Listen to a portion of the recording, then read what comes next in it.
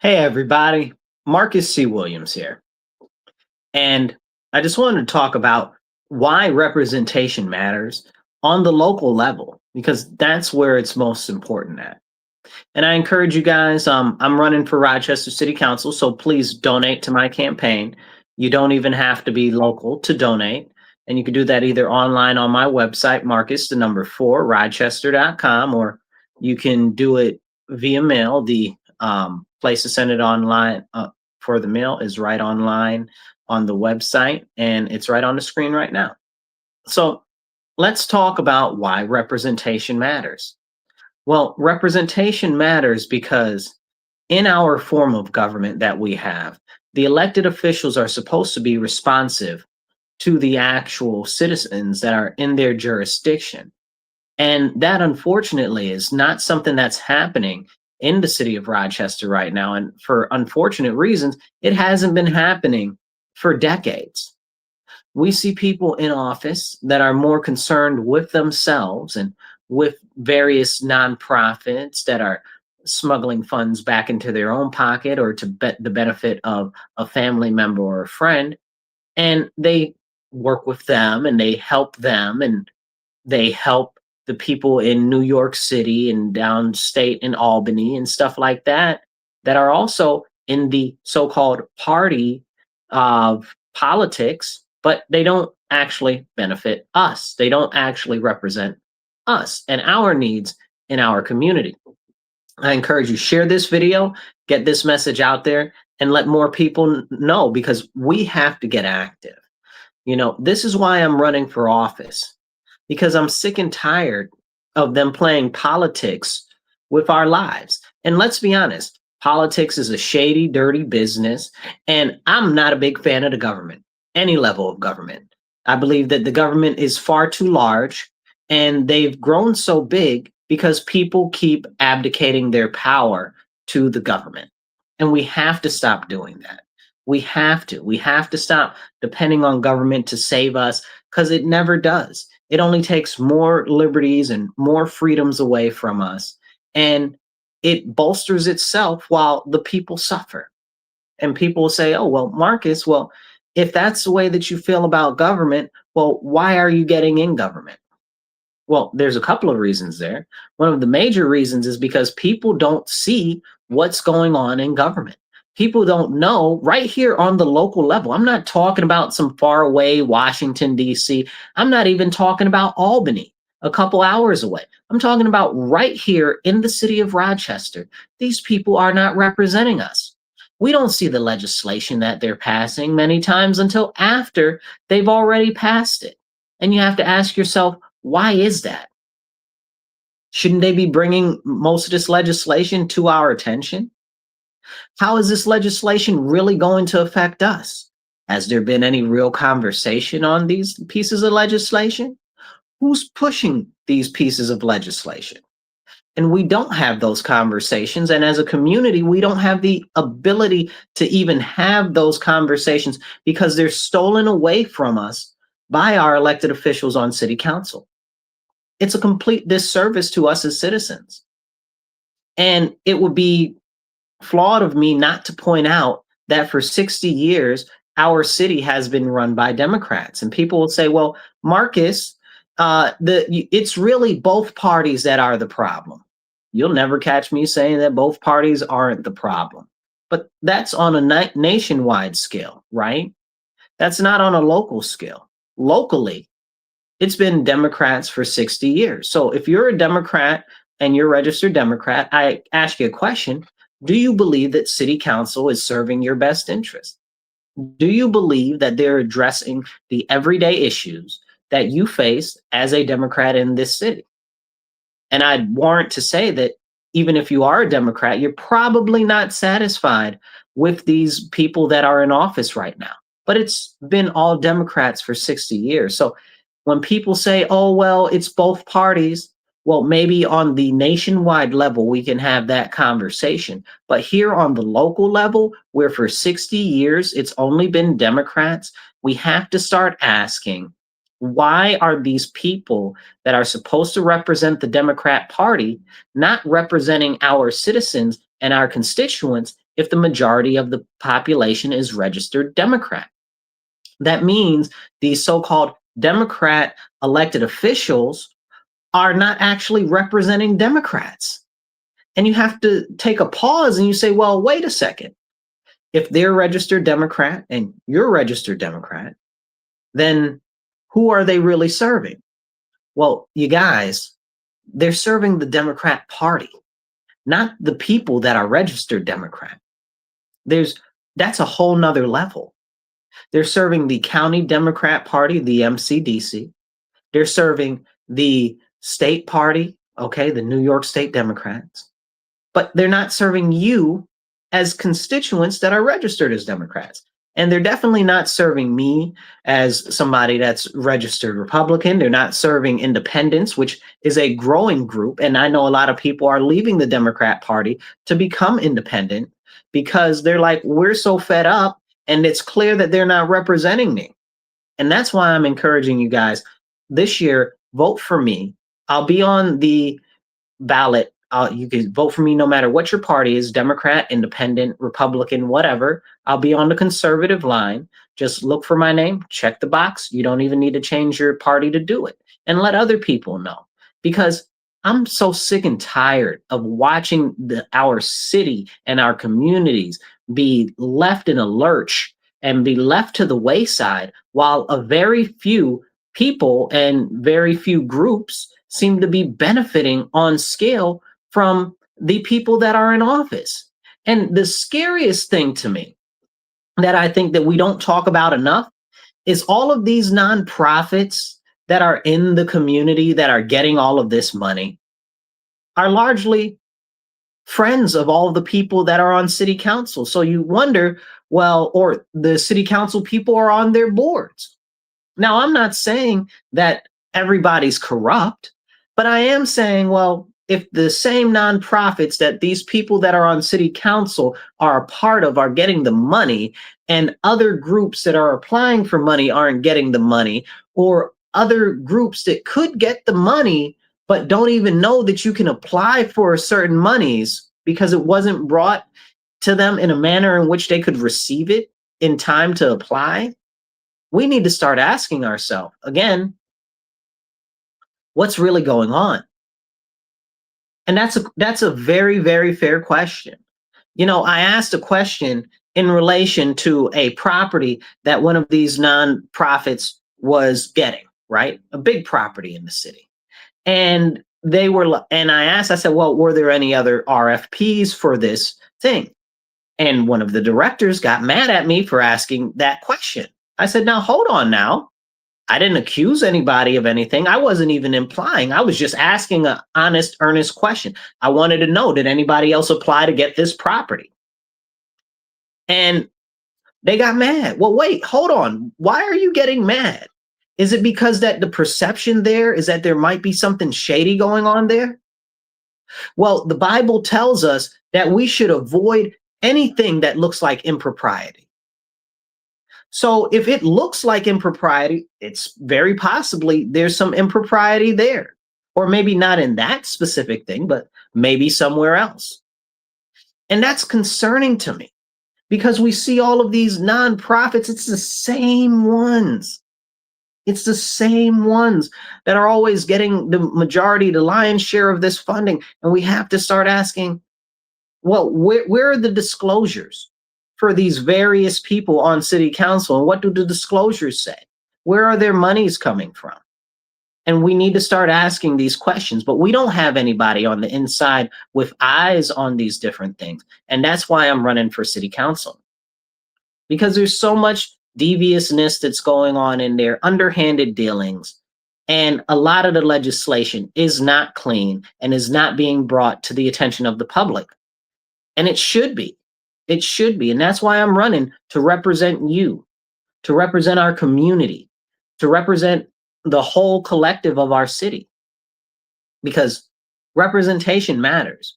And if our so-called representatives are serving themselves and their friends more than they're serving us as the community, we have a very, very serious problem. And you look at the basics of what's happening in our city and what happens in our society that people are hurting from or are upset about.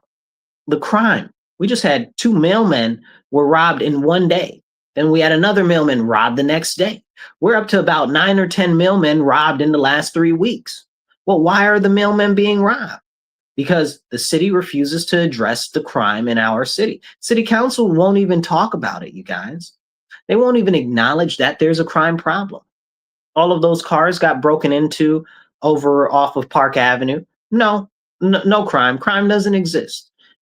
We are consistently plagued in places like the Jefferson and Chili area, the Portland area, North Clinton, Dewey Lake area with crime, and they say nothing.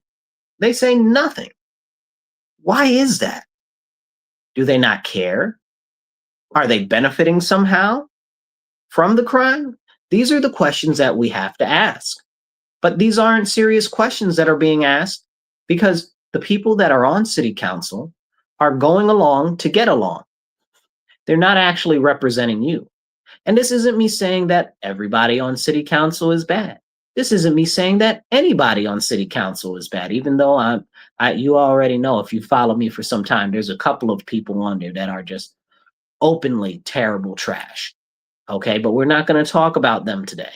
So the fact of the matter is that when it comes to policy and you see that there's money coming from the state to address things like the crime, but the crime isn't being addressed, why is that?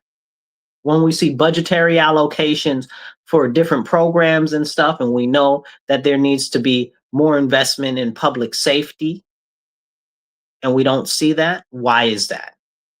Is there a discussion that's coming to the community about these budgetary priorities from city council? No, no. And this is why I'm running. But I need your guys' help. Please donate to my campaign. You can donate right on my website, Marcus, the number 4, Rochester.com. You can also sign up to volunteer there. And there's also a little thing that'll tell you on the donation site that'll say how you can send a check. It's also on the screen right now. But I need your help because we need more marketing materials to get out. We need more ads so we can let people know that I'm running and that they have a real option. And then I need your help making phone calls if you can, or just sharing my videos. All of that helps spread the message that we need real representation. And I'm willing to stand up for you. I don't know that many people are going to want me to be on city council very long that work in the city council politics arena and stuff like that, because I'm going there to represent you. I could care less about the political machines that they have going on. I could care less about all of their cliques and little segmented groups that are serving themselves and not our actual citizens. You're my concern. Our city is my concern. But it's clear that we don't matter to them.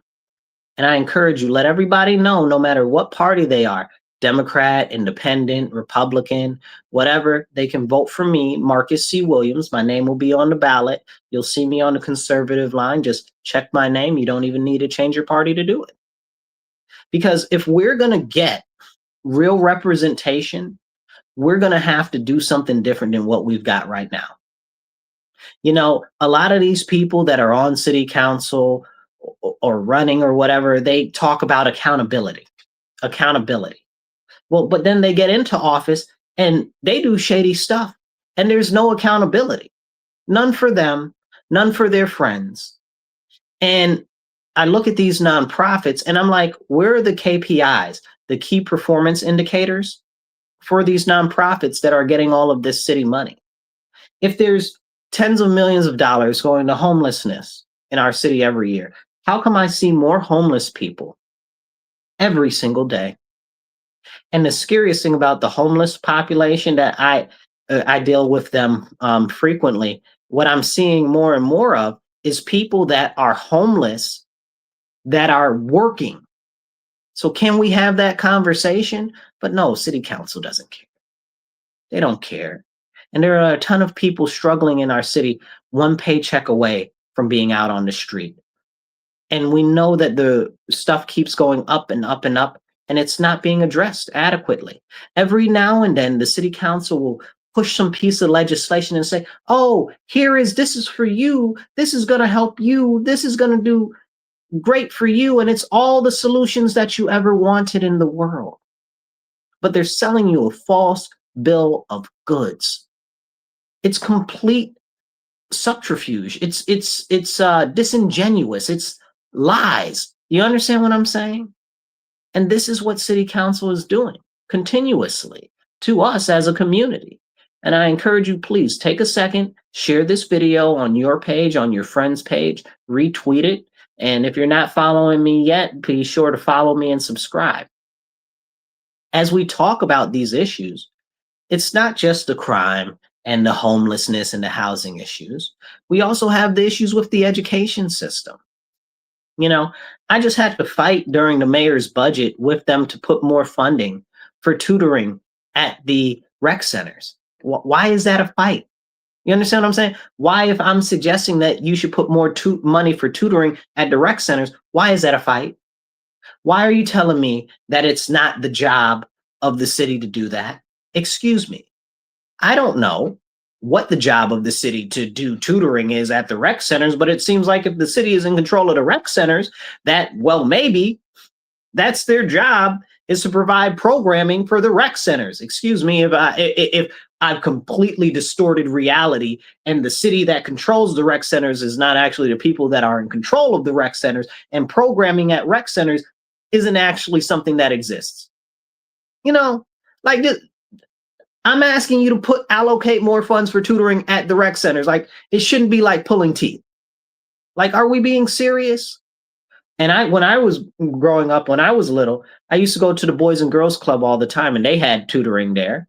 And I felt that, the Boys and Girls Club is nothing more than a rec center, a private rec center, but it's a rec center, and they got tutoring there. Why don't city rec centers have more money for tutoring? And they fought me on that. Like, what is it? How is that a fight? How is that a fight?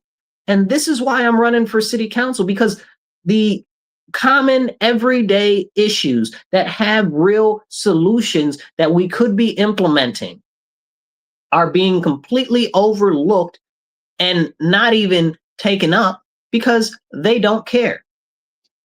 But I'll tell you what they do care about is how good they look, cutting some ribbons, right? Or pushing some legislation that isn't going to actually benefit you the way that they say they do, right? Like, now I know everybody's torn on the police accountability board, right? Okay. But the fact is the way that they pushed the police accountability board on us, they said it was going to be the greatest thing ever since smoked cheese. And that thing turned out to be trash below your knees, and and we have to look at this and we have to say, wait, but you promised us that this was a solution to the issues that we have had. And you sold it to us as the solution. And when that was happening with the PAB board, I was saying, listen, I was like, this is not a good solution. It's not going to be functional. It's not going to be a way to actually achieve the goals that most people have when it comes to policing, which is the concern that there is, one, excessive use of excessive force, and two, the occasional abuse of power.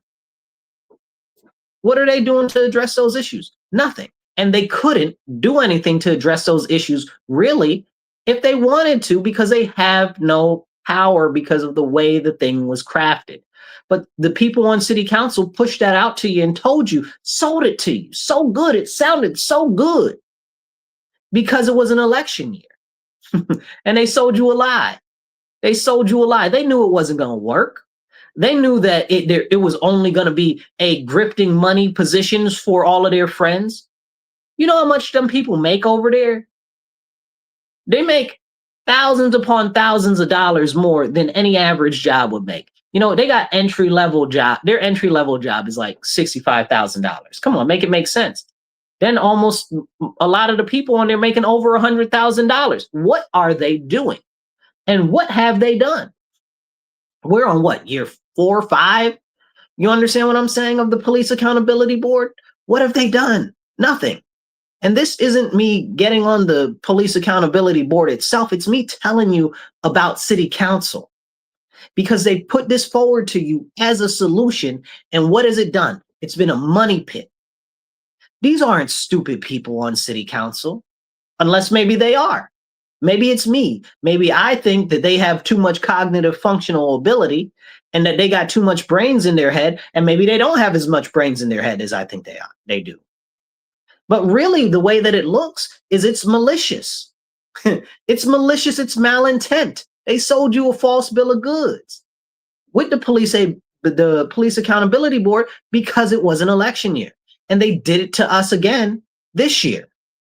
They said, oh, well, we're going to pass good cause eviction because that's going to stop all of the problems with the rising rents and all of this and all of that.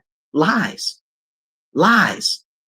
That's not what good cause eviction does. Why they lie to us like that? And I've spoken, if you guys follow me, I do my best to post my speeches from City Council. I don't always get a chance to post all of them. I'm sure I got a couple I haven't posted, but I'm pretty sure I posted that one where I talked at City Council about the whole thing with the with that, where they said, oh, well, it's supposed to solve everything. And I'm like, listen, it doesn't address the fact that the rents are going up on different places and that there is no way to control that, but you're telling me that that it's going to help with all of that when it only helps a very few people, when it doesn't help work with small landlords and it's completely non-existent for major landlords. So what exactly are we doing? But again, this is how City Council is set up.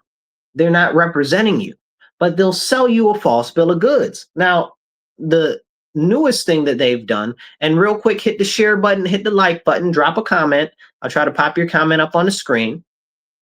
But one of the things that they've done most recently is this new, what are they calling it? The sanctuary city policies. More lies, more deception, Real quick, if you can help by sharing this video or donating to my campaign, I need your help for more donations, whatever you can do, whether it's $25 or whether it's $500, whatever you can do. We need about 40 donations of $100 or more so we can actually start to move this in a successful way to make this change happen, okay? And I need your help. So please donate on my website, Marcus4Rochester.com. On the screen right now, on the side right here, it shows you how you can send a check if you don't want to do a donation online. Help me get the message out there because we need to make a difference. Okay. So the newest thing was the illegal aliens, right? At least that's what we thought it was. We thought it was about illegal aliens. They called it the sanctuary city thing. And everybody's like, oh, it's illegal aliens, but it wasn't illegal aliens. It was a little bit about illegal aliens, but another whole portion that they snuck in there, which, if you ask me, should have been a referendum or at least brought out to the public to tell them that they're going to do it ahead of time, was that men can be in women's bathrooms. Now, that's not okay. They can be in the bathroom with women, they can be in the bathroom with little girls, and they can be in bathing facilities with little girls and women. Now, you ask yourself, who's ever even used the word bathing facility in a sentence? Who does that? Nobody does that. I haven't used that until this point. I've never used the word bathing facility in a sentence. So this is in there in the legislation for the sanctuary city stuff. And people will say, oh, well, it's about trans people using the bathroom, but that's not what it says. That's not what it says. It says it's based on gender identity or gender expression. And the key word there is or, right? So it's not gender identity and gender expression. It's gender identity or gender expression, right? So gender expression is just the way that you dress, right? So you can essentially be a cross-dresser or just be dressing up in cosplay and using the women's bathroom if you're a grown 300-pound, 6'5" man. You understand what I'm saying? Like there's no guardrails there. There's no guardrails. And that's a concerning thing because This is something that they passed under the nose of the public, 9-0. And we know that most people in the public would not agree with this. So why didn't they bring this out to the public? You got to ask yourself. And you might even agree with this concept. You might even agree with them doing that, which Lord bless you, because you need some help. But you might even agree with this concept. But the way that they did it was very dirty, very dirty. They didn't bring this out to public conversation. Well, why wouldn't they bring it out to a public conversation? Why wouldn't they tell you what's going on, what they're going to vote on? Why wouldn't they tell you that this is allowing people based on their gender identity or gender expression to be in the bathroom that they feel is the best one for them? Why wouldn't they? If it's so fantastic, why wouldn't they come tell us?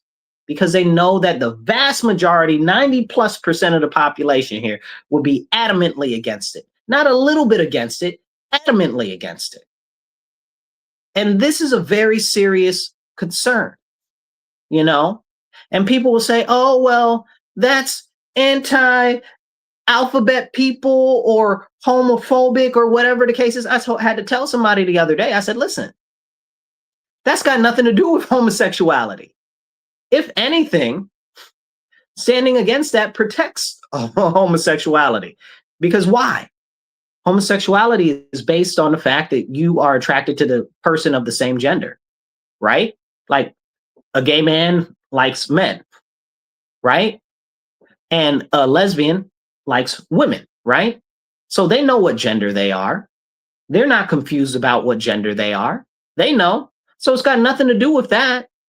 So then what is it? And they say, oh, well, it's trans. It's about trans people. Is it? Because it doesn't say trans. What it says is it says gender identity. You understand what I'm saying? It says gender expression. It doesn't say gender identity and gender expression. It says or.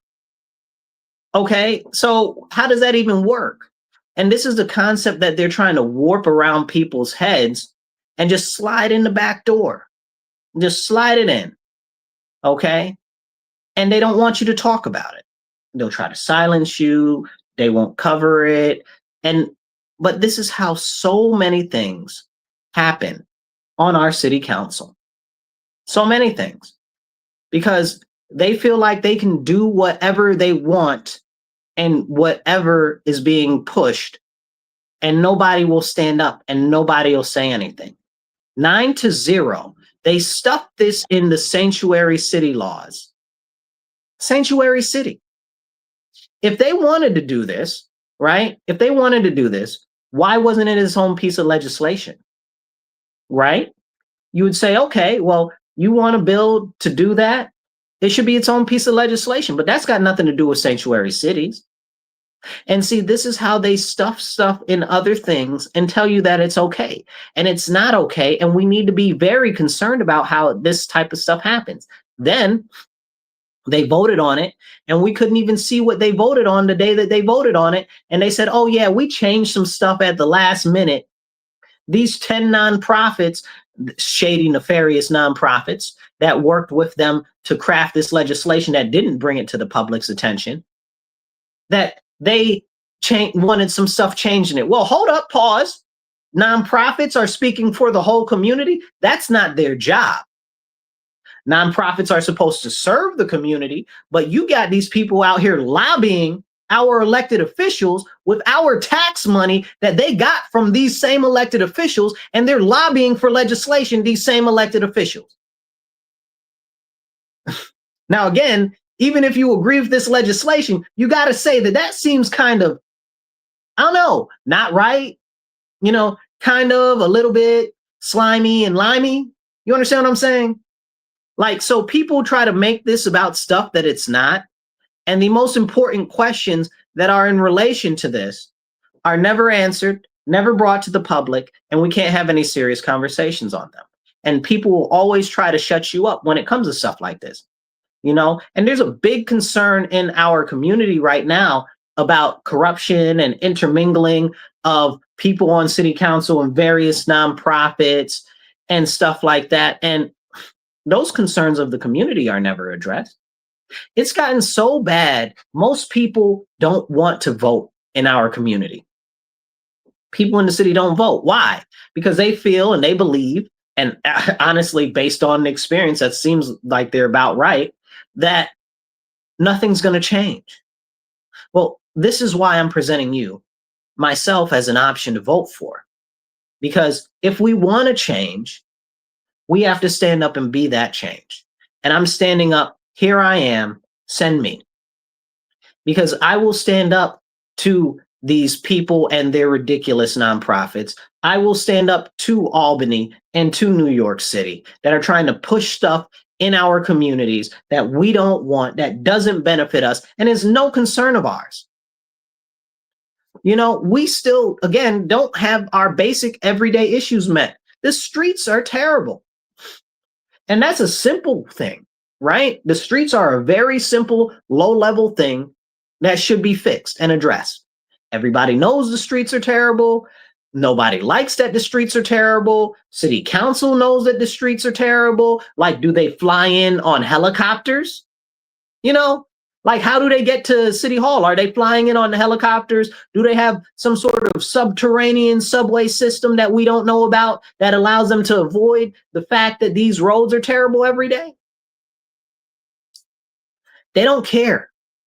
They don't care about us because we don't matter to them. But you matter to me. And that's why I'm running. So please share this video. Donate on my website, Marcus4Rochester.com. That's Marcus4Rochester.com. I need your help. We're looking to raise more money so we can get more advertising and get more marketing materials, flyers and stuff like that, and knock more doors. I'm not able to do it alone. I need your help. Go on my website, Marcus4Rochester.com. You can volunteer or donate there. Do both if you can. And we're working to get about 40 donations of about $100 a piece so that we can really start to make an impact. So if you can donate $25, that's fantastic. If you could donate $500, that's even more beautiful. You know, but every dollar counts and I need your help. So please, please, please donate because we deserve real representation. And in order to get real representation, we got to get the word out because they're not covering us in the media. They're not covering us on the news. We do press conferences all the time. The news doesn't come. They don't show up because they don't care, because they know that you matter to me, and they're too stuck on the fact that they're just getting kickbacks from the people on city council, and they don't want to try to maneuver anything differently because it might upset the apple cart and it might upset their funding. And they're pushing their own agendas when nobody out here, except for me, is trying to stand up for the agenda of the people, which is very basic. We got issues with the crime, the housing, the education, the continued rising prices of energy. Like, all of the simple things that should be being addressed are not being addressed by city council. And that's why I'm running. We don't have a voice at all. We don't have a voice at all. Sometimes they act like they have dissenting voices or stuff like that, but it's really an independent leadership problem. These are supposed to be the leaders of our city on city council. There's no leadership there. They're all playing footsie together. And again, who's losing? Us as constituents. So I'm running to represent you and our city, because somebody's got to have an eye on a lot of this legislation that's going on to bring it to the attention of the public. I try to make sure that I go through the majority of the legislation and stuff that's going on, but it's hard to keep up with that, live, work, do everything in a day that a person does that doesn't have this as a job. You know what I'm saying? And I want to show you more of what's going on. And largely, I've got other stuff that I'm doing right now because I have to live, right? Like, this isn't my job. I do this just for advocating for our community. I go to city council meetings, I read the legislation because I care about what's going on in our community, and I do my best to bring it to the attention of you guys. Are they bringing it to your attention, what's going on in our city? No. Are they addressing the issues of what's going on in our city? No. Do they really care about you if they're not addressing your issues? I mean, that's the question that we have to ask. Who do they really care about? Who really matters to them if they're not addressing our issues in the city? Clearly, it's not us. And it's so disgusting, it makes me want to spit. because it's horrendous. And these are the people that are supposed to represent us. Tell me that you feel represented. If you're watching right now, drop a comment. Tell me if you feel represented or unrepresented by city council. Just hit represented or unrepresented, you know, because most everybody that I talk to feels like they're not being represented. And I hear the same issues over and over and over again. And the worst thing about it all is these aren't new issues. These are ever common, ever present issues. And I tell people, I said, listen, vote for me November 4th for an early voting. It doesn't matter what your party is, you can vote for me. You know, you can be a Democrat, independent, Republican, whatever, you can vote for me. And that's important because people need to understand that. Because for 60 years, people have consistently voted Democrat. The city is majority Democrat. But just because you're a Democrat doesn't mean that you have to vote for other Democrats. You can vote for whoever you want to. But they've pushed this incredibly, I'm trying to use nice words to phrase things, but incredibly large disservice on our community by saying, oh, vote row A all the way. Well, wait, hold on. Do you even really know what these people are standing for? And then they get in office and they don't serve the community. They serve themselves. Everybody seems to be getting money on city council, but none of the money seems to be getting into the community. Come on now, make it make sense. And I tell you, you know, I implore you guys, right? Like the majority of our city is Democrats. And all of city council is Democrats. But the Democrats on city council are not serving the issues of the Democrats that are in our city. Make it make sense. This is a serious, serious issue. It's a serious issue. And we have to address it. Because if we're not addressing it, nobody's going to. Because it's clear. If everybody in there is on the Democrat Party, that means that there's no different voice for our community. There's nobody that's willing to stand against the Monroe County Democrat Party. There's nobody that's willing to stand against the Albany Democratic Party. Okay, and those are the people that are disservicing our Democrats right here. Right here. And it's crazy and it's hurtful that if we live in a city, now I'm a Republican, I'm conservative, and I believe in you. You matter to me. But the fact of the matter is, if you're think about this for a second. If you're a registered Democrat and everybody, all of school board is a Democrat, all of the city court judges are Democrats, all of the people on city council are Democrats, the mayor is a Democrat. How is it that if you are a registered Democrat and everybody in every elected position is Democrat, how is it that your issues are still not getting addressed? Can make it make sense to me. Make it make sense to me. It's clear that the Democrat Party is not serving the Democrat constituents. And I'll serve you, okay? Because you're our citizens and you deserve representation. I might not be a Democrat, but you can vote for me anyway, because our community matters to me, our city matters to me, and more than anything, our future matters to me because you matter. And if we don't focus on addressing these ever-present issues that haven't been addressed for decades, there's no potential for growth. There's no potential for us to actually overcome academically as we see the education system crumbling. There's no chance for us to overcome the crime issues, which continue to go unaddressed. There's no, if we don't address them now, there's not going to be a bright future. And I believe that together we can foster a bright future. But that's what it is. We have to foster a bright future. And the only way to foster it is to actually get the community involved in the process of what's happening on legislation creation, on budgetary priorities. But that's not happening. That's not happening at all. And you have my word that when I get on city council, even though it's a part-time job, I'm gonna work it like it's a full-time job. And you're gonna see me everywhere possibly. Okay? Everywhere I could possibly get to, I will be there. And I will be hosting consistent town halls, consistent meet and greets, and let you know what's going on. You understand? Because they're not letting us know what's going on. And it's because it's all cliquish, because they're all the same. They're all, again, you might be a Democrat, registered Democrat, but they're all Democrats that work for the Monroe County Democrat Party, not you. They work for them, not you. And I will work for you. They're supposed to work for you because your taxpayer dollars fund them, but they don't. And that's tragic. 60 years of one party rule, and they still don't serve our community. Can you make that make sense to me? How does that even work? How does that work at all? I don't expect you to agree with me on every issue. This is real.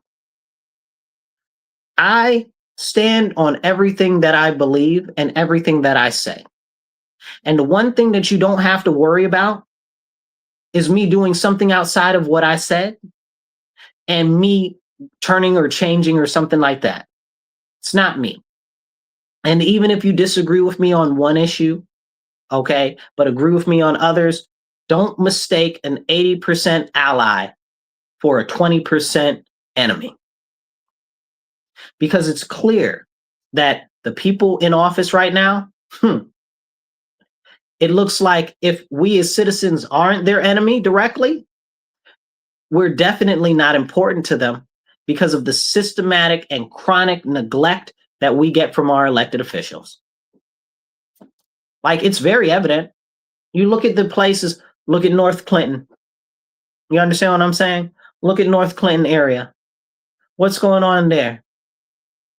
Generations of decay, complete neglect. You know, now they've got millions of dollars coming in there and they're pushing people out of their homes. It's so upsetting. It's so upsetting. They're pushing people out of their homes. Why? Because you don't matter. And this is the thing. You see the same thing, people say stuff like disinvestment, right? But it's worse than disinvestment. It's intentional neglect because you're not important to them. Please share this video as we're having this conversation. Get this message out that we have an option to vote for me on city council this year. Because we got to do something different, because what's going on right now, it's very clearly not working. It hasn't been working for ages. And my whole life, it hasn't been working. And I encourage you, please donate to my campaign, whether it's $25 or $500, whatever you can do is very helpful, because we got to get more advertising. We got to get more marketing material, because they won't cover us on the news. A lot of people don't even know that I'm running. So please let them know I'm actually on the ballot. I am running. It's just the news doesn't want to cover us, because why would they, right? Why would they want somebody that's really willing to work for the people? Why would they want somebody that's really willing to stand up for the people? Because they don't. They're all in it together. The news is in the pocket of them. You understand what I'm saying? And why? Why wouldn't they be, right? Like, they're the controlling party, right? But the news is supposed to be impartial, nonpartisan, stuff like that. They say these flashy words, but it's not true. We know who they bend the knee to, and it's not the community, and it's not in our best interest. So please donate on my website, Marcus4Rochester.com. That's Marcus4Rochester.com. It takes less than 2 minutes to do. And right here in the corner right here, you can see how to donate with a check. You do not have to be local to donate. Anybody in the county can donate. Anybody in the country can donate. As long as you're in the United States of America, you can donate. And here's how to send a check if you want to send a check instead of doing it online. But back to the conversation at hand. I know that everybody doesn't agree with everything that I say. I don't expect you to. I don't agree with my bestest of best friends all the time on everything. Okay. But the important, basic, everyday, singular issues of crime and public safety, you deserve to be safe walking to your car, walking to the mailbox, right? Because they're beating up mailmen and robbing mailmen. I got a video somebody sent me. I'm going to share it tomorrow. But you deserve to be safe walking your child to the park. Like, these are serious issues that impact all of us. Doesn't matter whether you're gay, straight, independent, Democrat, whatever. It doesn't matter. Public safety is a necessity for a thriving community.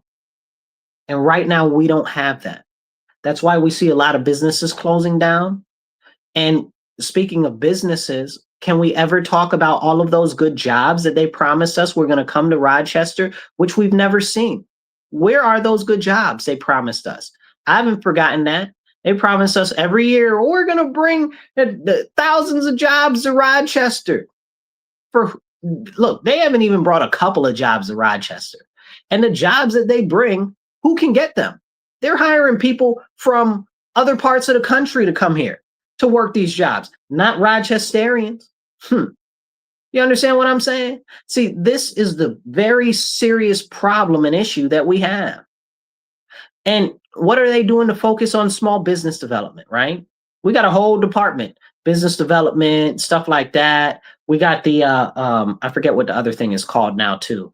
But we've got these business programs. Clearly something is amiss. It's not practical. It's not functional, because the small businesses and the entrepreneurs that are here in our city are not getting the services that they need and that they deserve to be able to grow here locally, because our city council is too concerned about non-local businesses coming here that they refuse to focus on what made Rochester thrive. Local independent businesses. It's always been that way. All of the businesses, look at the huge businesses that we used to have. We used to have a lot of flour mills and wheat mills. That's how we started out as a town, you know? We had manufacturing, we had wool mills, we had all types of stuff. Where did those start? Here in Rochester. They all started here in Rochester. Our biggest employers ever, Xerox, Kodak. Where are they from? Here in Rochester. Organic job creation happens when you focus on local business development, not trying to bring somebody in from across the country that can pack up their ball and go home if they decide they don't want to be here anymore, or if they decide that the crime is too bad, which it is crazy, or they decide that, oh, well, we're not getting the tax breaks that we want anymore, so they're going to leave. You understand what I'm saying? If you focus local, that's how we grow. That's how we thrive. We look at the education system. Let's talk about the education system for a couple of seconds. The education system does not discriminate on what party your family is or whatever. The education system is equally trash for everyone. They're stealing our children's future. And then you wonder why there are so many criminals out here right now? Because they've been filled by our Rochester City School District. That's why we got so many people that are out here. They call them juvenile delinquents. They're not. There are some that are juvenile delinquents, but we got a lot of them out here that aren't juvenile delinquents. They're criminal terrorists. They're criminal terrorists. How did they get that way? Because they were failed by the academic system. They were failed, okay? Because the academic system is terrible. We have the second most funded school district in the nation, $1.4 billion, right? $1.4 billion. We spend over 40,000. So I think it's almost $45,000 per child. Might be almost 50 now because we keep losing students and shutting down schools. So we spend the second most we have the second largest funding in the nation. I think we actually spend the most per child in the nation. But we're the second lowest in proficiency rate in the nation, and we're the lowest on the state level. What are we doing? Why isn't this being addressed? But wait, if we have all of this money, well, where is all this money coming from for the schools? Well, it's coming from your tax dollars. Large portion of it is from the state. But the city council, they allocate every year 10% at least to the school district. That's your taxes, y'all. And these taxes is as high as all good get up. We need to lower the taxes. It's up to me. I'm gonna fight for them to lower the taxes 10%, at least 10%. And I'm gonna fight to have it where they limit the assessment increases based on surrounding purchases. Because if you didn't buy your house for $250,000, you bought it for $87,000. Why should you be paying $250,000 in taxes? Because some person from the other side of the country decided to buy a house next to you for that much more money over. You understand what I'm saying? You shouldn't be having to, your taxes shouldn't go up because they wanted to overpay. I saw a house the other day. It was $125,000. The thing ended up going for about 200 and it was 205, yeah, $205,000, and it started off at 125,000. Why would you pay the same taxes as them because they want to overbid on a house like that? That's not fair. That's not just. That's not okay. And that doesn't matter whether, again, that doesn't matter what party you are. That just matters the neighborhood that you're in. And in my neighborhood in the Southwest, okay, we've traditionally had houses, $87,000. You can get you a good house. You know what I'm saying? Then the houses go up to 125,000. Now we got houses going for 180,000. What? How are the people in our community supposed to buy homes? You know? Then then they're doing it in other places too. I saw a house on Avenue D the other day that they were renting for like $3,000 a month on Avenue D. I'm like, what? Are you serious? My friend does a ministry over there on Avenue D, so I'm over there quite frequently. So it's crazy. It's crazy what's going on. But these are our representatives, and this is what they're doing. That's our tax money. You deserve to keep all your money if you asking me. You bought the property. You shouldn't have to pay taxes on it. That's yours. You bought it. You already paid for it. You know? But they don't care. They tax you to death anyway. We already get taxed on everything else. You get taxed when you buy something. You get taxed when you work. You get taxed going to get some gas. You get taxed for this, tax for that, tax. But you bought your property. Why you got to pay taxes on the property that you bought? Then they're like, oh, well, 90% of the dollars that come in from city taxes go to the schools. Okay, the schools are super trash. I don't want a dollar or a penny of my money going to the schools.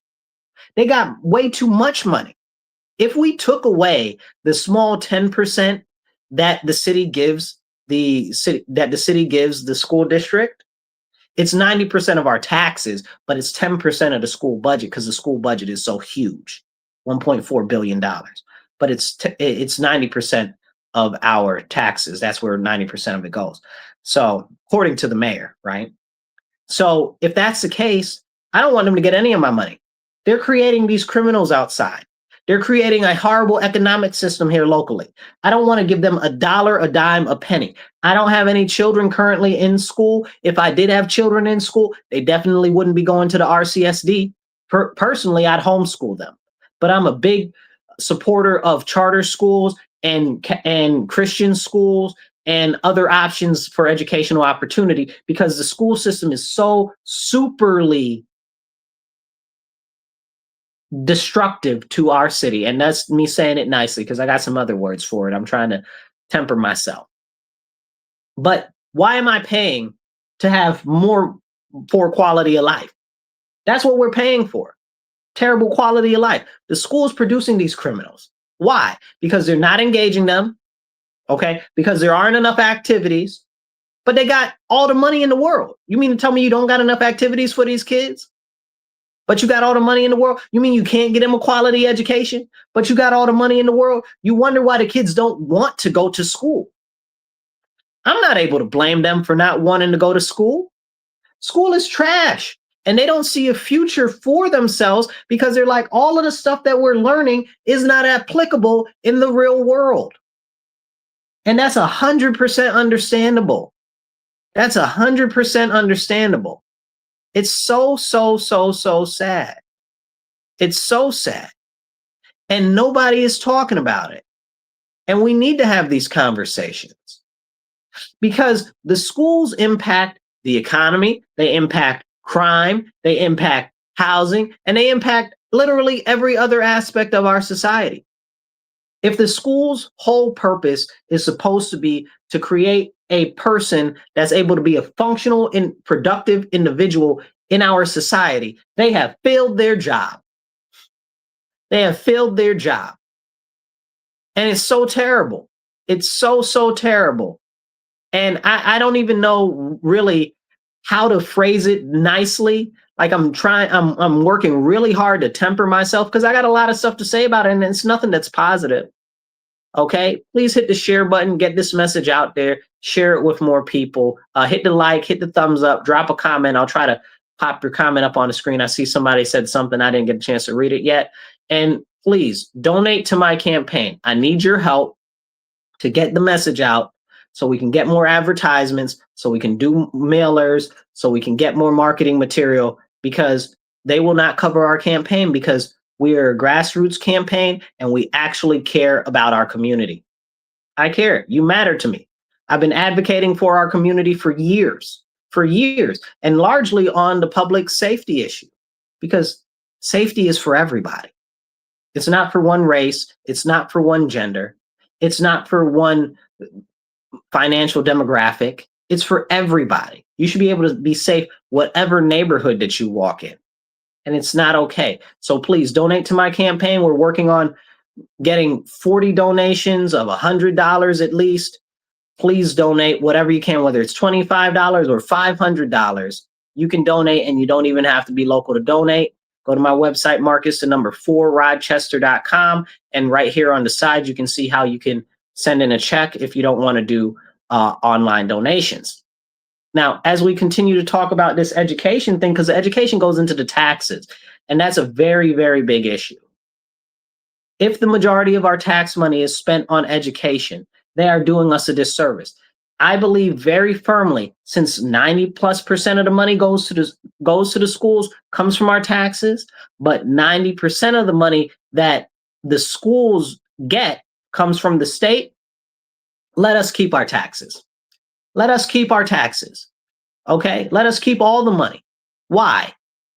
Because if we're getting taxed by the state and the state gives the majority of the money to the schools anyway, why does the city need to give them any money? And you'll say, well, Marcus, the city should give them money. Here's the thing with that. How much money are we giving them? Okay. How much money are they missing every single year? Every single year, the school district is missing tens of millions of dollars.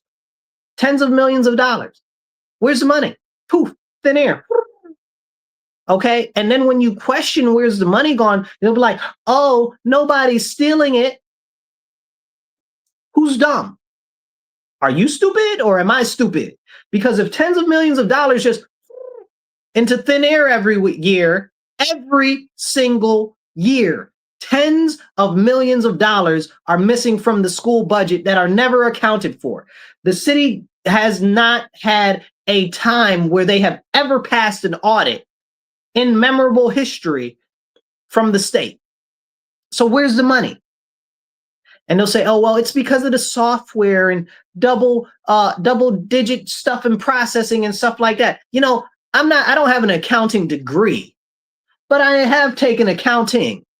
And accounting isn't easy, but it's not that hard. You understand what I'm saying? So you mean to tell me tens of millions of dollars are just poof into the air? Where's the money? Where's the money? Where's the money? That's our money. That's our tax money. You're charging us taxes. Where the flying monkey's uncle is our money. You understand what I'm saying? They shouldn't get another dollar out of our tax money. They are already getting enough money from the state tax money that they get. They get more than enough state tax money. Okay. I don't remember how much it was this year, but I remember the previous year, it was almost $1 billion. Okay. I think it was like 900 million, some change. Okay. They get almost $1 billion. You don't need my property tax money. You tripping.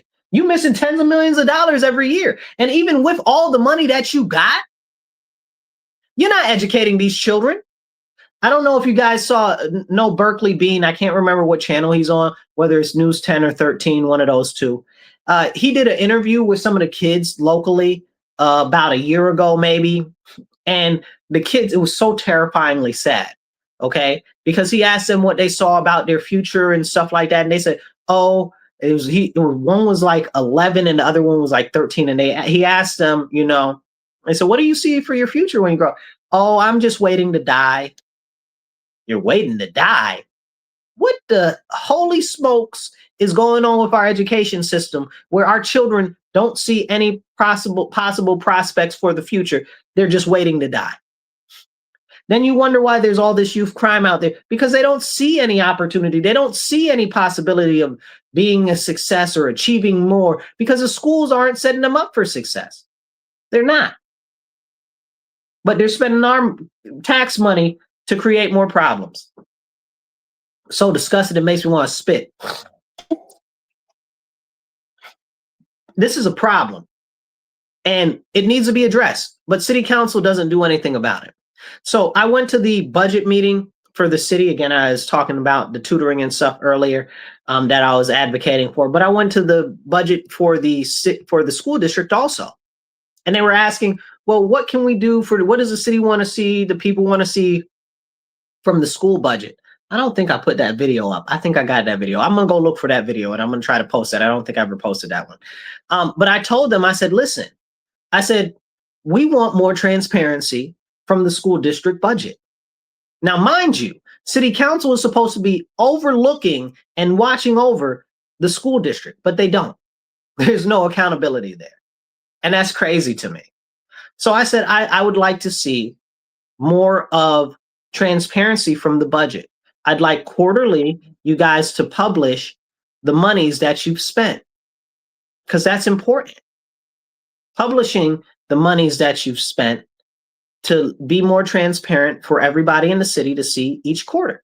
Just let us know. Give us line items, give us line items and then give us the under receipts, give us the receipts so we can look at it ourselves. Okay. Let us look at where our money is going. It's our money. Why are you hiding it? Why are you so secret? But we'll see what happens. I really, truly did. I asked them all of the whole school board was there. I asked them all right in city council. I'm going to try to search the video. I got it somewhere. I don't think I ever loaded it up, but I'm going to load it up if I can find it by Monday for you guys.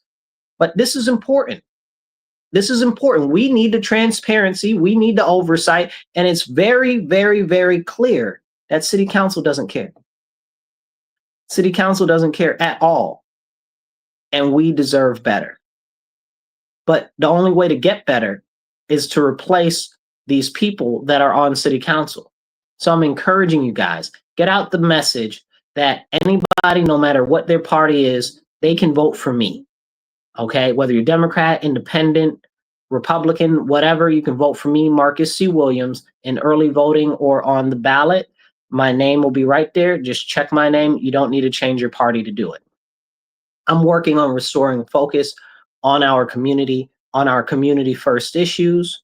And I'm working on making sure that there is some sense to this nonsense, because it's very clear that these people that are on city council are just going along with the nonsense. They don't really care. They're going along to get along. And what is really being done? Nothing. It's continued chronic neglect of the everyday needs of our people in our community. And that is 100% unacceptable from our elected officials. We live in a representative republic. People will say, oh, well, we live in a democracy. That's a conversation for another video. It's actually a representative republic. But if you want to say it's a representative democracy, that's what you want to say. Okay. But regardless, either way you say it, it's supposed to be about representation. And we don't get that representation here on the local level. They're representing the people who put the money in their back pockets. They're representing the interests of various nefarious nonprofits or big corporations or downstate in Albany or the Democrat Party here locally, but not the actual Democrat constituents. They don't care about us as constituents. They don't care about anybody they're supposed to be the representative of. I had a conversation about the earlier legislation I mentioned that they passed under our noses, where they allow men to be in the bathroom with women and showers and stuff with little girls. I asked one of our representatives about that. Okay, Bridget Monroe, and I said, you got to get that out of there. I said, because the community doesn't want that as a whole. And she said to me, out her mouth, craziness. She said that, yes, we do. I said, ma'am, no, we don't. So she continued and said, we do what we want because we're the ones on city council. I said, hold up. I said, excuse me, ma'am, you're supposed to be a representative of the people. You're not representing the best interests of the people. But that goes to show you guys mindset. Their mindset is they'll do whatever they want later for you. And that's not acceptable. Okay? Our government is based on a representative system. They're supposed to be representing us, not doing whatever they feel like. But they are in there doing whatever they feel like.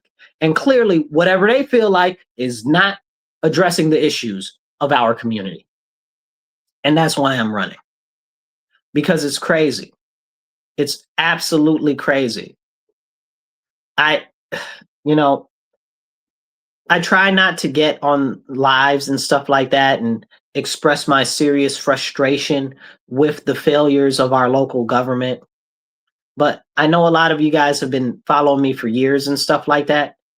You see me advocating for our community regularly, because I care, because our community matters. I could be anywhere in the world, but I want to be here because this is my city. This is the city that I love, and I want to build up our community. I want to build up our city. I want us to be a bright beacon for everybody that is in our city and our community to believe and have a real reason to believe that they can have a better tomorrow. I don't want our city to be focused on bringing people from the other side of the country that have more money here, like they talk about all the time. Oh, we're not prioritizing our local citizens. We're prioritizing bringing people from the other side of the country, like California or Arizona, that have more money, that are called climate migrants. Okay, I'm not with that. You're supposed to represent me. The city council is supposed to represent us, our constituents here, not the interests of people in California, not the interests of people in Arizona or anywhere else in the country. They're supposed to represent us here, right here, Rochester. You're Rochester City Council. You're not the City Council of Albuquerque. You know what I'm saying? Like, what's going on here? But they say these things out of their mouths, and sometimes it's like people aren't listening to them, or they don't really know what's going on. And this is a serious problem. And this is why I'm running. So please hit the retweet button. Please hit the share button. Share it on your page, your friend's page. Share it to your groups that you're in and stuff like that. Let people know that there is a real candidate that is running, that cares about making a serious difference for our community. And that would be me, because you matter to me. And I'm so sick and tired of the continued neglect of our people. Every neighborhood almost in the city is continually neglected in one way or another, because we all generally have the same 4 or 5 issues. Crime, okay, which they don't even talk about. The crumbling education system, which they continue to not address. The continued rising in housing prices and energy prices, okay, which never really gets addressed either. And I think this is a very important thing to focus on: the local economy and good paying jobs. They don't focus on any of that. They don't address any of these issues, but I'm willing to. And I've got a number of different plans and initiatives for these various things. They're on my website, marcusforrochester.com. And then if you read, you can read some stuff basic on my website. And then if you click the menu button, it says plans.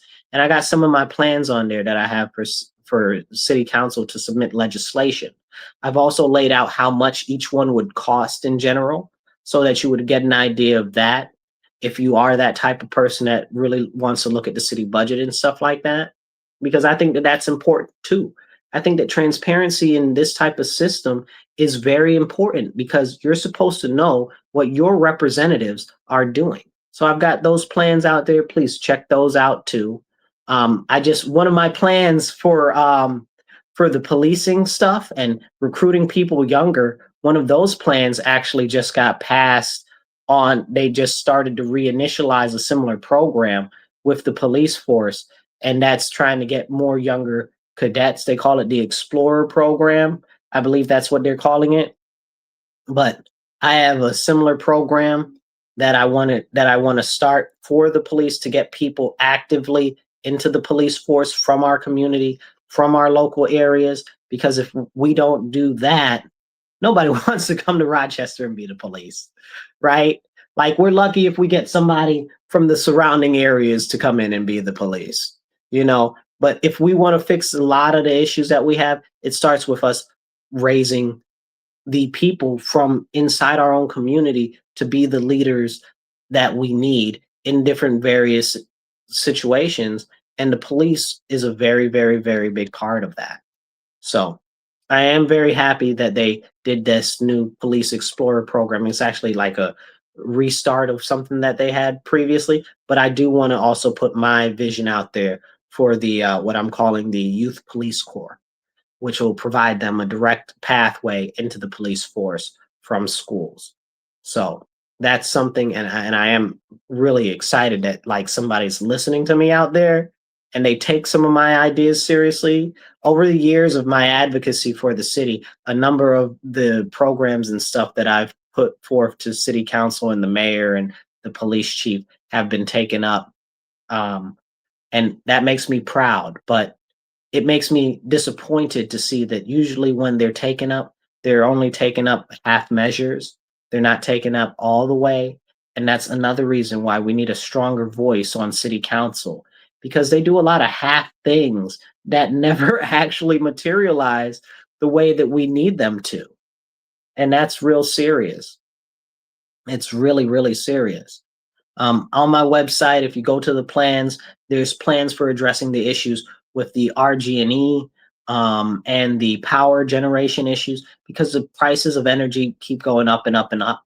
I just did a video where I was speaking at the New York State Public Service Commission, which are the people who control the energy policy for New York State, and I was expressing my concern with the bill that they've constructed, where they're telling us they're going to shut down more power plants and we're going to use less electricity. I'm like, how? How is that even possible? Our city is an energy heavy city, but if you're shutting down power plants, where are we going to get those from? Where are we going to get the energy from? That's crazy. That means we're going to have to buy more energy from Canada like we're doing now, which we didn't never used to do, and it's going to cost us more and the energy prices are going to go up. The Public Service Commission, they just actually allowed the energy prices to be raised 37%. They just passed that, and that went through what, about a week or two ago, and that was not even covered very much. So it's also going to go up another 30% over the next 3 years. That's what they've already hardwired in. So this is problematic. And here, if we focus locally and start focusing on energy generation here, we got the high falls, we got the canal, we got the river. We can do a number of different hydroelectric projects. There are other options too. Like we've got Gannett here, which is one of the oldest, I think it's actually the oldest running nuclear power plant in the country, you know. Now, the interesting thing about Gannett is not only is it one of the oldest running nuclear plants, it's one of the smallest nuclear plants. So that's kind of cool too. And it's like 15 minutes from here, you know. But the interesting fact is, and a lot of people think they think nuclear bombs, and that's wrong. That's not how that works at all. Or they think nuclear disasters like Chernobyl. And most people don't know Chernobyl happened in the 80s, but the last reactor at Chernobyl closed in 2002. Well, how terrible could it have really been if the other reactors there were still operable? In the US, we had 3 Mile Island. 3 Mile Island happened. That's the biggest disaster in the US ever. The other reactors are still operating to this day. So clearly, we've been a little bit misled on that. But now we've got new nuclear reactors that can use even the fuel that's spent from old nuclear reactors until it's inert. And they're called small modular nuclear reactors. And they're extremely safe. And the federal government is giving out money for that right now to do. So we could build some here and actually no longer have to be reliant on RG&E. That'd be a dream of dreams. We don't have to rely on any outside energy company for our actual energy itself. We can generate it all right here. Between the hydroelectric and small modular nuclear, we can generate all of the energy that we need here in our city and even probably for the county, honestly. And then we could actually be making some money and put that money back into our city coffers, pay less taxes. I'm trying to tell you, I got plans. We're gonna pay less taxes if I get in there. I got you covered. That's important to me. Um, but yeah, so that's another part of one of my plans. I'll go into that at some point more in depth. And you can check that out on my website. I've got plans for other issues like environmental sustainability and stewardship and stuff like that. That's important to me too. I am an environmental conservationist. Yes, I am a Republican and an environmental conservationist. I am also a very strong conservative because those are conservative values. Actually, the Republicans are the reason why we have the EPA and we have a number of different things, including national parks and stuff like that. So that thank a Republican. No, I'm joking, but I'm also serious. That's where those things come from. So that's why it's a very core part of my being. I believe in nature. I believe in sustainability. I believe in these things. But the way that we're going about it right now is harming our people and harming the environment. Most people talk about green stuff and they never talk about the impact of the stuff that they're talking about on the biosphere, on our environment. They just say, oh, it's so much better for us compared to whatever. And 99% of the time, that's not true. Side note, Europe just passed legislation, just went through the court system, and it's Europe says that natural gas and nuclear are sustainable and renewable energy, clean energy sources. Europe just said that because everybody loves Europe so much. Not me, but all of these people that are all about that green life love Europe so much. So that's something to think about also. Um, but these are important issues to address. These are some real small, real solutions. I've also got some stuff for the community to be able to invest in community-based projects. I believe that we should be able to make profit off of the investment in our own city. And we can start like a city independent sovereign wealth fund where we can put money into it and then we can get money from the profits of the different projects that we do. We've got tons of money that we need for different projects and we're always looking for investment. So why aren't citizens able to invest in the projects in our own city? They talk about you need $250,000 to be an institutional investor. So if you don't have $250,000 cash, you can't invest in the projects that are going on in your neighborhood. Now that sounds crazy to me. Why wouldn't the people that live in the neighborhoods be able to benefit from the projects in the neighborhoods? So I've got a plan for that too. I've also got a plan on educational opportunities outside of the school system because the education system here is trash. We've covered that intensely. I've got like a separate workforce development academy that I want to do from the city, outside of the school district. Because again, I want to do I've got an after school scholars program. This is all on my website. You can go look it up, Marcus, the number 4 Rochester.com. So these are real plans that I've set out. Again, I've also put with them the amount that they're going to cost and stuff like that. So please check that out on my website if you want to find out more about those different various programs. And I got some other programs that I want to do that are not on the website, because I just haven't put them all on there. Nobody really reads that stuff, but I do talk about it. Like I want to do an initiative, a healthy initiative for our city to promote athleticism and physical fitness in which we have like our own Rochester Olympic type situation every single year, and have different sports and athleticism and even have academic athletics, you know what I'm saying? So you flex that brain power, you know. So different things like that, and we can make like a whole big deal out of it, and we can have it for like a whole month, different sports and different games and stuff like that, kind of like a mini Olympics for just the city of Rochester. And then that would also attract tourist investment and stuff like that, and it would increase the health and wellness, and it would be focused specifically toward the youth, okay, from 13 to 18, and it will be popularized through our schools and our education system, hopefully. But outside, that's what we got all these rec centers for. We got a whole stadium, okay? You know what I'm saying? Like, this is real. Like, we can do this. Like, I've got real plans that are not just cost effective, but they're actually impactful and feasible. I'm about that feasibility life and that spend as little money as you have to life when it comes to your taxpayer money. So I'm gonna fight for you. And I encourage you, share this video out, hit the like button, hit the heart button, get the message out there. And I need your help. So please volunteer on my website if you can volunteer, even make some phone calls or stuff like that, knock some doors. That'd be very helpful. But we're working to raise more money. I need to get the advertising out there because the news will not cover us. That's why a lot of people don't know that I'm running yet. But the voice is growing. The people are starting to hear more, and we're starting to get the message out there. But we're working on raising more money. Please donate to my campaign. Working on getting 40 donations of $100 to really get enough to cross this finish line, this threshold. So if you can donate $25 or $500, whatever you can donate will help us get more advertisement and more pieces of, marketing material so we can send out, like, I want to do a mailer, right?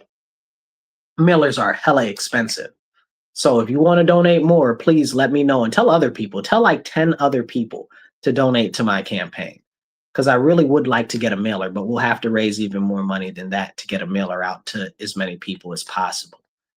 And you can donate on my website. It takes like less than 2 minutes. Marcus, the number 4, Rochester.com. And you can even donate by check right there. It shows you over there. You don't have to be local to donate. So wherever you're from, as long as you're in the US, you can donate.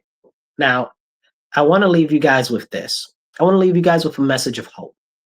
Don't give up hope. Don't give up faith. I know so many people are like, I'm just fed up with politics. Nobody cares. I don't matter. You do matter. You matter to me. Okay. And it's just not just something that I say, it's something that I mean. It's something that I live by. You understand what I'm saying? This is very, very, very, very important to me. The renewal of our city, the restoration of our city. And legitimately, I'm fighting for our future and I'm fighting for you. So let other people know because I see every day we've got so much voter apathy. Nobody even really wants to come out and vote anymore. So I'm encouraging you. If you go out and vote for just one person, vote for me. You don't even have to vote for anybody else. Forget all the other races. Vote for me. Just come out, vote for me. That's all I'm asking you for. I'm not asking you to vote for somebody else. I'm not asking you to vote for every different position. Just come out and vote for me. Because I understand that people are so fed up that they don't see any options. And I got to tell you, most of the options seem pretty not so good. It's just reality. So why even bother? So my message to you is if that's you, have heart, have hope, have faith, come out, vote for me. Tell 10, 15, 20, 30 other people to vote for me. And that's how we can make a real difference. And I don't know how long I'll be in office when I get in office, because I'm sure that they're going to try to run me out of there with pitchforks after the first year, because I'm going to show you what real representation looks like. Because we haven't had that for decades. Because they haven't prioritized you as citizens. And I'm going to work every day for you and to improve our community. And I'm going to stand by everything that I have said, and I will continue to stand by it.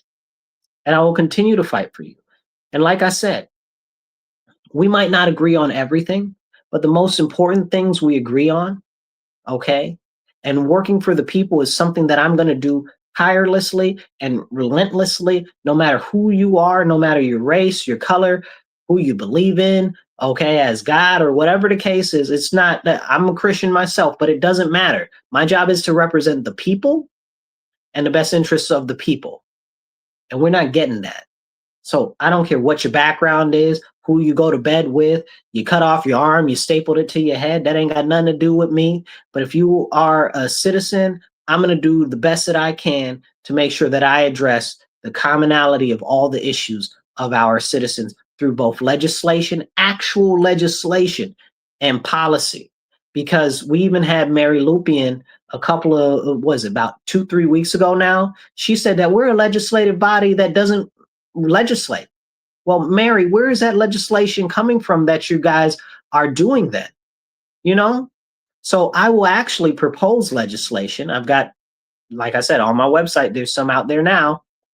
I will actually propose legislation and I will stand by it. I'll bring it out to the community. I'll let you guys know what's going on. You'll see it on my social media. I'll be doing town halls when I get elected all the time. All right, you guys already see me in the community. Some of you guys come out to my different civics workshop and stuff like that, and Constitution and know your elected officials and stuff like that. Some of you guys come out to my workshops every month, and I'm glad for all of you guys that do come out every month. That's really encouraging. And I'm glad for all the new faces that I see at the workshops that I do each month. Um, but I'm gonna let you know what's going on. And I'm gonna keep doing videos. I'm gonna keep letting you know. I don't care. They got all of this nonsense. Oh, well, you gotta do what we want, and you can't say this and you can't say, we got a constitution. I can say exactly what I want, exactly the way I want to. Okay. And when it comes to legislation and when it comes to policy, if you're going to tell me that I can't speak down about a piece of policy that's bad, or I can't speak about an item or whatever that's being worked on, that shows me right there that you are working against our citizens, and I must stand up. It's straight like that. So, like I said, if I get in office and I'm only a one-time person, remember that I stood up for you, and that's why they try to run me out of there. But it's not a big deal to me. My whole goal is to show you what representation is actually supposed to look like, because you matter to me. So I'll catch you guys later. Please share this out. Get it out to everybody. Tell your friends. Tell 15, 20, 30 friends to vote for me this November or in early voting. Early voting starts in the end of October. And donate to my campaign. I'm not able to make this happen without your donations. I don't like asking for money, but running a campaign, you need to ask for money. So please do donate. We're working on raising more money to get more advertisements. So if we can get 40 donations of $100, okay, that'll get us to where we need to be. If you can donate $25 or $500, whatever you can donate, please donate. You don't have to be local.